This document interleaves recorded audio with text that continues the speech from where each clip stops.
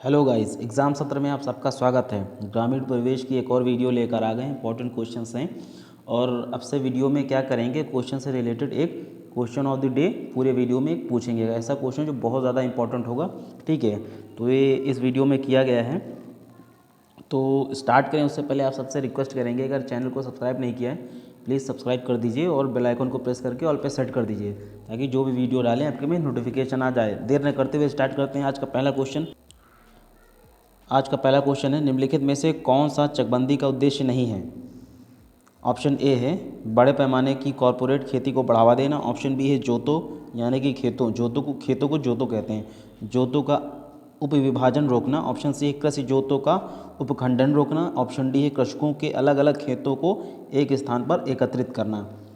सही ऑप्शन बताइए, निम्नलिखित में से कौन सा चकबंदी का उद्देश्य नहीं है। इनमें से कौन सा ऐसा है जो उद्देश्य नहीं है चकबंदी का, ठीक है। सही ऑप्शन बताइए, इसका सही ऑप्शन कौन सा होगा। इसका ऑप्शन ए सही होगा, बड़े पैमाने की कॉरपोरेट खेती को बढ़ावा देना, ठीक है। ये ऑप्शन इसका सही होगा। और बाकी ये तीनों उद्देश्य हैं, बी सी और डी, ये तीनों चकबंदी के उद्देश्य। चकबंदी होता क्या है, चकबंदी चको अर्थात खेतों की बंदी मतलब बांधना, उनको एक जगह एकत्रित करना, अलग अलग खेतों को एक जगह एकत्रित करने की इसको व्यवस्था को चकबंदी कहते हैं, ठीक है। एग्जाम्पल के लिए लेते हैं, एक कोई आदमी ए है, ठीक है, एक कोई आदमी बी है, ठीक है। तो मान लीजिए ये जैसे कोई चक है, यानी कि एक खेत है, ठीक है, बटा हुआ है। ये एक है, ये दो है, ये 3 नंबर, ये गाटा संख्या यानी कि चकों की संख्या, एक यूनिक नंबर होता है हर खेत का, तो ये यूनिक नंबर दिया हो, ये 4 है, ठीक है। तो जो आदमी ए है उसका चक 1 नंबर का है और 4 नंबर का, ये दो उसके नाम चक हैं, ठीक है। और एक आदमी बी है, उसके कौन से, एक 2 नंबर का चक और 3 नंबर का चक, ये दोनों इसके नाम के चक हैं, ठीक है। तो देखिए 1 और 4 अलग अलग हैं, 2 और 3 अलग अलग हैं, तो किया क्या जाएगा चकबंदी में, इन चकों को, इन खेतों को एक जगह एकत्रित कर दिया जाएगा। यानी कि जो ए के चक हैं, 1 और 4 जो चक हैं उनको एक जगह कर दिया जाएगा। 1 और 4, ए का क्या कर दिया गया, आदमी ए है उसके नाम जो चक थे 1 और 4 उनको एक जगह एकत्रित कर दिया गया। और जो आदमी बी था उसके नाम जो 2 और 3 इस नंबर के चक थे उनको एक जगह एकत्रित कर दिया गया। तो चकबंदी भी यही होता है, अलग अलग चकों को, ये जो अलग अलग चक थे उनको एक जगह पे बांध दिया गया, एक जगह पे एकत्रित कर दिया गया, यही चकबंदी में होता है, ठीक है। तो इसका ऑप्शन ए होगा, ऑप्शन ए जो है उद्देश्य नहीं है चकबंदी का। बाकी बी और सी और डी तीनों उद्देश्य हैं चकबंदी के। बढ़ते हैं अगले क्वेश्चन की तरफ। आज का दूसरा क्वेश्चन है, उत्तर प्रदेश में 2 फसली सिंचित कृषि जोत की अधिकतम सीमा कितनी है, ठीक है। इसका ऑप्शन बताइए, उत्तर प्रदेश में 2 फसली सिंचित कृषि जोत की अधिकतम सीमा कितनी है। Option A 5.0 hectare, option B 6.0 hectare, option C 7.30 hectare या ऑप्शन डी 8.0 हेक्टेयर। इसका सही ऑप्शन बताइए, इसका सही ऑप्शन क्या होगा। इसका सही ऑप्शन होगा ऑप्शन सी 7.30 हेक्टेयर, ठीक है। पिछले वीडियो में आपसे बात की थी 1 हेक्टेयर में कितने मीटर स्क्वायर होते हैं, 1 हेक्टेयर में कितने मीटर स्क्वायर होते हैं। 1 हेक्टेयर में 10,000 मीटर स्क्वायर होते हैं, ठीक है। ये कितने एकड़ के बराबर होता है 1 हेक्टेयर, 2.47 एकड़ के बराबर होता है, ठीक है, समझ गए। या फिर 100 एयर के बराबर होता है। पिछले वीडियो में आपसे बात की थी एयर के बारे में, ठीक है। 1 हेक्टेयर 2.47 एकड़ के बराबर या 100 एयर के बराबर या 10,000 मीटर स्क्वायर के बराबर, ठीक है। बढ़ते हैं अगले क्वेश्चन की तरफ। आज का तीसरा क्वेश्चन है, भूमि सुधार कार्यक्रम को सर्वाधिक सफलता किस राज्य में मिली। अच्छा क्वेश्चन है, भूमि सुधार कार्यक्रम को सर्वाधिक सफलता किस राज्य में मिली। ऑप्शन ए है उत्तर प्रदेश, ऑप्शन बी पश्चिम बंगाल, ऑप्शन सी तमिलनाडु या ऑप्शन डी पंजाब। इसका सही ऑप्शन बताइए। इसका सही ऑप्शन, भूमि सुधार कार्यक्रम को सर्वाधिक सफलता पश्चिम बंगाल में मिली, ऑप्शन बी होगा, ठीक है। भूमि सुधार कार्यक्रम जैसे कि भूमि सुधार कार्यक्रम के अंतर्गत कुछ कदम उठाए गए थे, जैसे कि भू स्वामित्व अधिकार मतलब जो मालिक होता था ज़मीन का, जैसे पहले क्या चलता था, जमींदारी, रैयतवाड़ी, महलवाड़ी, ये सब प्रथा होती थी, ये सब व्यवस्थाओं का अंत किया गया। पिछले वीडियो में इसके बारे में आपसे बात की गई थी, जमींदारी, रैयतवाड़ी सब बताया था पिछले वीडियो में। अगर नहीं देखा है तो आप देख लीजिएगा, मैं लिंक डाल दूंगा डिस्क्रिप्शन में, ठीक है। तो इसमें जमींदारी, रैयतवाड़ी, महलवाड़ी, ये सब व्यवस्थाओं का अंत किया गया। भू स्वामित्व सुधार के अंतर्गत यही आएगा, ठीक है। और लगान का नियमन किया गया, जोतों की चकबंदी, जैसे कि अभी पहले क्वेश्चन में बात किया, जोतों की चकबंदी की एक जगह इकट्ठा किया गया।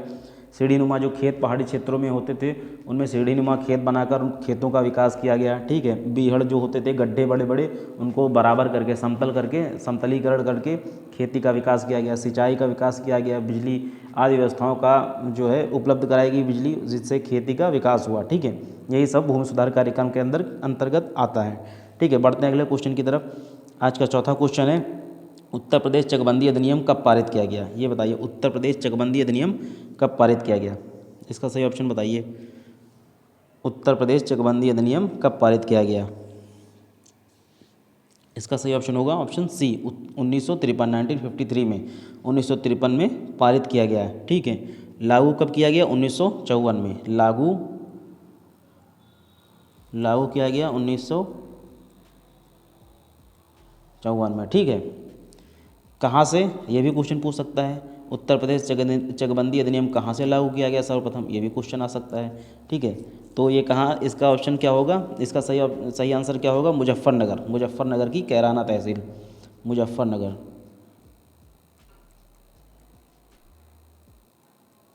मुजफ्फरनगर, ठीक है, मुजफ्फरनगर की कैराना तहसील की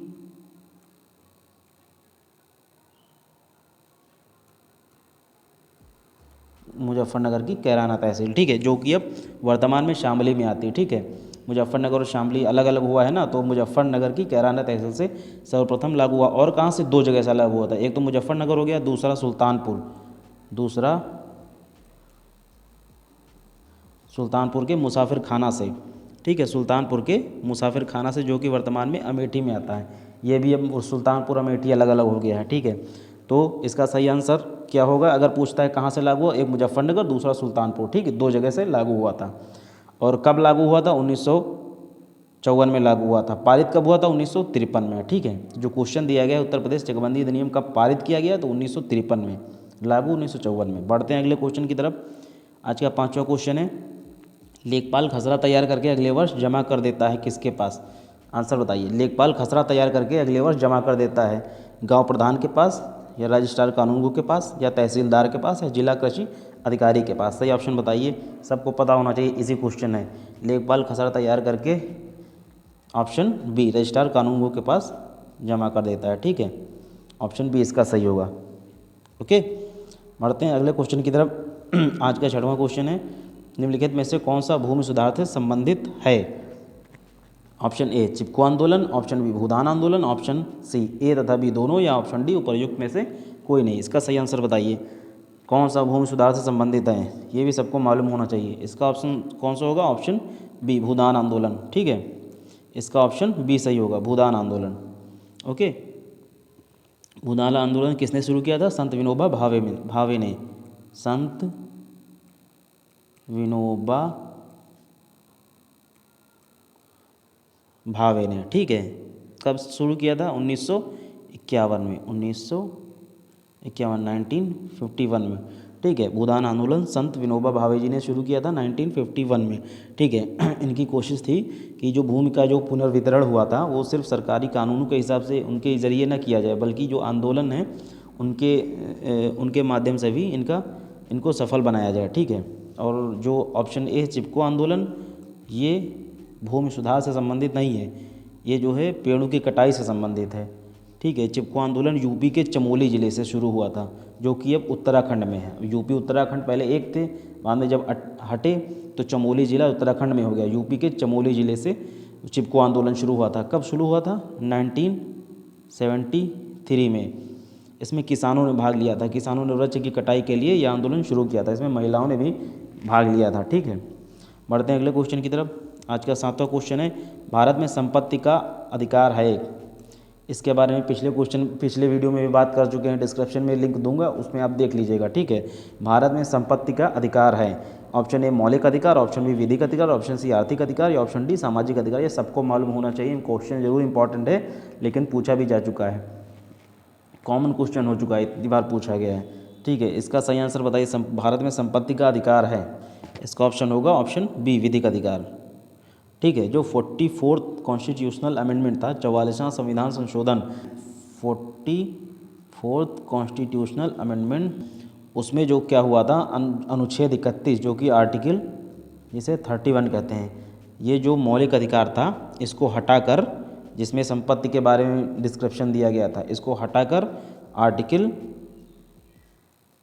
300A में कानूनी अधिकार के रूप में रखा गया। ठीक है, तो भारत में संपत्ति का अधिकार अब मौलिक अधिकार नहीं रहा है, वो विधिक अधिकार है, कानूनी अधिकार है। ठीक है, बढ़ते हैं अगले क्वेश्चन की तरफ।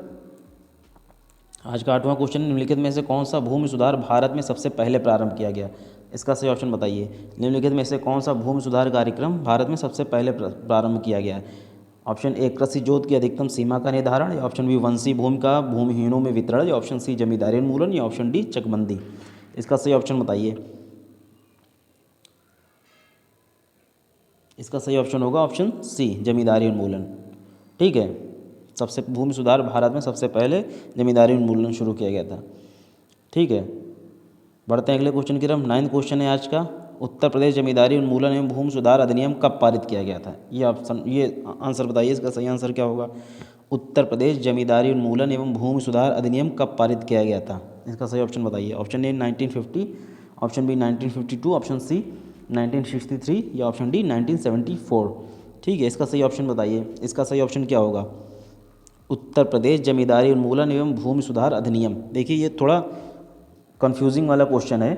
अगर इसमें देखा जाए तो इसमें प्रायोरिटी का ऑप्शन ए ही सही कहेंगे, क्योंकि दरअसल है क्या, ये जो पूरा नाम है इसका अधिनियम का, वो है उत्तर प्रदेश जमींदारी उन्मूलन एवं भूमि सुधार अधिनियम 1950, क्योंकि ये 1950 में बना था, इसीलिए इसका नाम 1950 ऐड किया जाता है नाम के बाद। ठीक है, उत्तर प्रदेश जमींदारी उन्मूलन एवं भूमि सुधार अधिनियम 1950। ये अगर देखा जाए, इस पर राष्ट्रपति ने हस्ताक्षर कब किया था? 24 जनवरी 1951 को। ठीक है, राष्ट्रपति के हस्ताक्षर, राष्ट्रपति के हस्ताक्षर कब हुए थे? 24 जनवरी 1951 को। ठीक है, और लागू कब हुआ था? लागू हुआ था ये 1 जुलाई 1952 को। लागू 1 जुलाई 1952 को। ठीक है, तो इसमें देखिए, उत्तर प्रदेश जमींदारी उन्मूलन एवं भूमि सुधार अधिनियम कब पारित हुआ? ये पारित होने की बात कह रहा है, तो ये इस पर हस्ताक्षर तो राष्ट्रपति ने 24 जनवरी 1951 को किया था। अब इसमें 1951 ऑप्शन में है नहीं, क्योंकि अब इसका नाम 1950 आता है, ऐड किया जाता है, 1950 में बना था इसीलिए, तो इसका ऑप्शन 1950 सही होगा। अगर यहाँ पे 1951 ऑप्शन दे देता तो आप 1951 को सही करके आते। ठीक है, क्योंकि यहाँ ऑप्शन में है नहीं, इसलिए 1950 ही दिया जाएगा। ठीक है, और 1952 अगर पूछता कि लागू कब हुआ, तब इसका ऑप्शन 1952 सही होता। ठीक है, बढ़ते हैं अगले क्वेश्चन की तरफ। आज का 10वां क्वेश्चन है, निम्नलिखित में से किस चेन की लंबाई 66 फीट होती है? ये अगर आप क्लास किए होंगे किसी की, तब आप ये बता पाएंगे। निम्नलिखित में से किस चेन की लंबाई 66 फीट होती है? Option A engineering chain, option B revenue chain, option C Gunter chain, या ऑप्शन डी मीटर चेन। इसका सही ऑप्शन होगा ऑप्शन सी गंटर चेन। ठीक है, ऑप्शन सी सही होगा। बढ़ते हैं अगले क्वेश्चन की तरफ। आज का 11वां क्वेश्चन है, सर्वेक्षण के लगभग मध्य से गुजरने वाली सबसे अधिक लंबी रेखा को कहते हैं?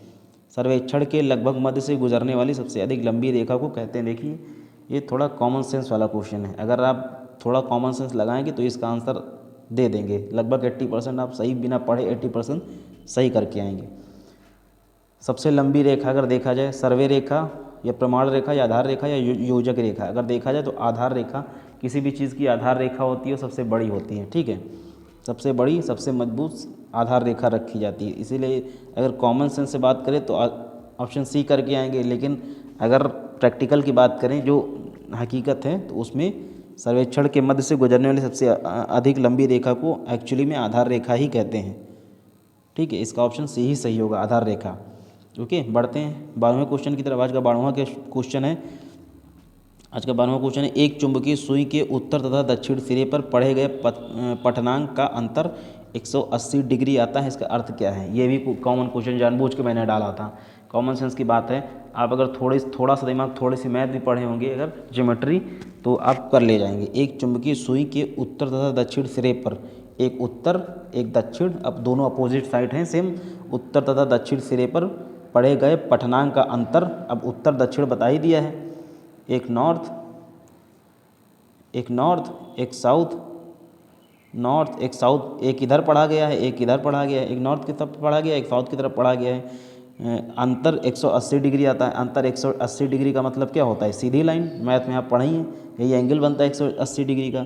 तो इसका क्या होगा? सुई सीधी है, सही सीधी सी बात है। ऑप्शन ए सुई टेढ़ी है, ऑप्शन बी सुई सीधी है, ऑप्शन सी सुई पिवट केंद्र पर नहीं है, ऑप्शन डी पिवट का सिरा तिरछा नहीं है, सिरा तिरछा नहीं है। तो इसका ऑप्शन सीधी सी बात है, आप ऑप्शन बी लगा के आएंगे, सुई सीधी है। ठीक है, कॉमन सेंस की बात, थोड़ी सी ज्योमेट्री पढ़े होंगे, अब इसका आंसर लेके चले आएंगे सही।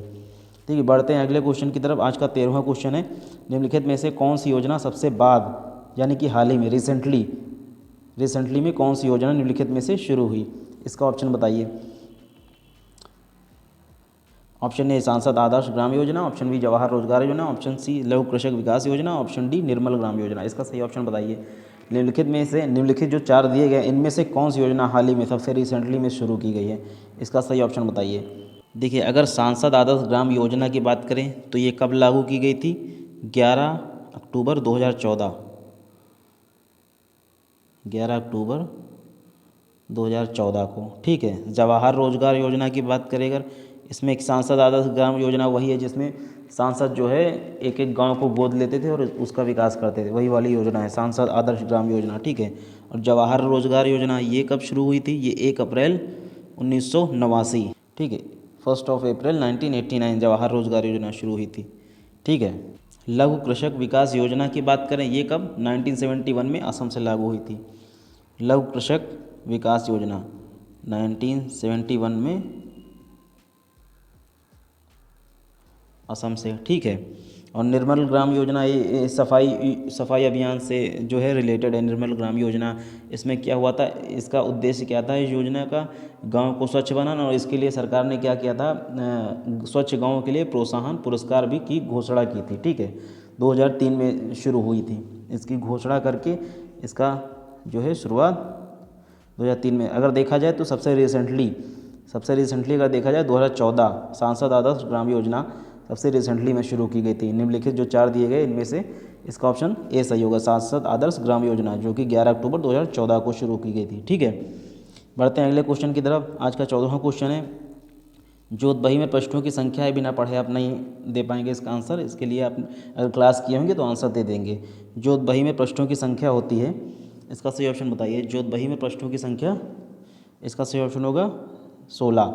ठीक है, इसका 16 आंसर सही होगा। जोत बही में प्रश्नों की संख्या 16 होती है। ठीक है, बढ़ते हैं आज के अगले क्वेश्चन की तरफ। 15वां क्वेश्चन है, भूदान आंदोलन कार्यक्रम विनोबा भावे द्वारा सर्वप्रथम किस प्रदेश से आरंभ किया गया था? लास्ट क्वेश्चन में भी इससे पहले देखा था, 2-3 क्वेश्चन पहले ये चीज़ छूटी हुई थी, ये चीज़ भी कवर हो गई इसमें। ठीक है, भूदान आंदोलन आपको सबको मालूम ही है, बता ही दिया, विनोबा भावे द्वारा शुरू किया गया था। सर्वप्रथम किस प्रदेश से आरंभ किया गया था, अब ये भी जान लीजिए। इसका सही ऑप्शन बताइए। ऑप्शन ए आंध्र प्रदेश, या बी गुजरात, या सी बिहार, या डी उत्तर प्रदेश। बताइए इसका सही ऑप्शन क्या होगा?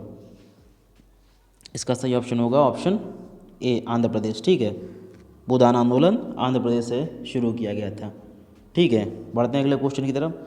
आज का 16वां क्वेश्चन है, किस अवस्था में भूमि पर ग्राम समुदाय का संयुक्त स्वामित्व होता था? इसका सही ऑप्शन बताइए। Option A zamindari, option B mahalwari, option C kashtkari, option D ryotwari.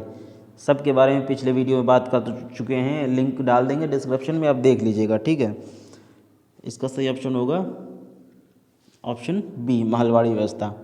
ठीक है, इसका ऑप्शन बी सही होगा। ठीक है, किस अवस्था में भूमि पर ग्राम समुदाय का संयुक्त स्वामित्व होता था? ऑप्शन बी महलवाड़ी व्यवस्था। ठीक है, बढ़ते हैं अगले क्वेश्चन की तरफ। आज का अगला क्वेश्चन है, ग्रामीण अवस्थापना रूरल इंफ्रास्ट्रक्चर विकास कोष का वित्तीयन किया जाता है। वित्तीयन मतलब फंडिंग। ठीक है, ग्रामीण अवस्थापना रूरल इंफ्रास्ट्रक्चर विकास कोष का वित्तीयन किया जाता है। ठीक है, बताइए। ऑप्शन ए ग्रामीण विकास मंत्रालय द्वारा, ऑप्शन बी भारतीय रिजर्व बैंक द्वारा, ऑप्शन सी नाबार्ड द्वारा, या कुछ चुने हुए राष्ट्रीय बैंकों द्वारा। बहुत अच्छा क्वेश्चन है, इसका बताइए आंसर क्या होगा। ग्रामीण अवस्थापना रूरल इंफ्रास्ट्रक्चर, इसका सही ऑप्शन क्या होगा? ऑप्शन सी नाबार्ड के द्वारा। ठीक है, ग्रामीण अवस्थापना रूरल इंफ्रास्ट्रक्चर विकास कोष का वित्तीयन यानी कि फंडिंग नाबार्ड के द्वारा होती है। NABARD,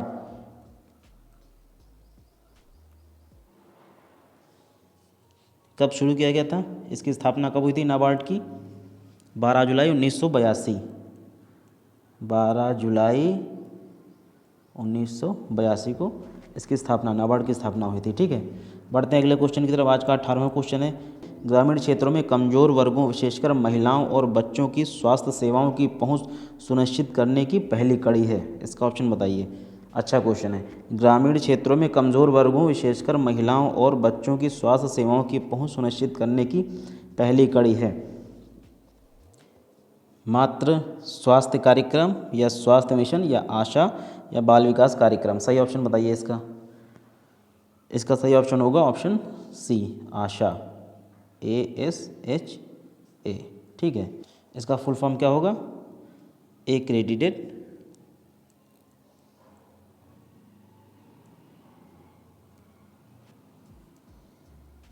social health activist. ठीक है, एक्रेडिटेड सोशल हेल्थ एक्टिविस्ट, आशा, इसी को आशा कहते हैं इंग्लिश में, फुल फॉर्म होगा। ठीक है, बढ़ते हैं अगले क्वेश्चन की तरफ। ये आ गया question of the day.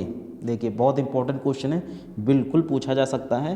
Question है, आशा किस मंत्रालय द्वारा प्रायोजित है? ये आशा किस मंत्रालय के द्वारा प्रायोजित है? ऑप्शन ए महिला एवं बाल विकास मंत्रालय द्वारा, ऑप्शन बी ग्रामीण विकास मंत्रालय द्वारा, ऑप्शन सी स्वास्थ्य एवं परिवार कल्याण मंत्रालय द्वारा, या ऑप्शन डी आयुष मंत्रालय के द्वारा। बहुत अच्छा क्वेश्चन है, इसका आंसर दीजिए, बिल्कुल पूछे जाने के चांस हैं। आशा किस मंत्रालय के द्वारा प्रायोजित है? इसका सही ऑप्शन होगा ऑप्शन सी, स्वास्थ्य एवं परिवार कल्याण मंत्रालय। ठीक है, इसको इंग्लिश में क्या कहते हैं? Ministry of health and family welfare. ठीक है, मिनिस्ट्री ऑफ हेल्थ एंड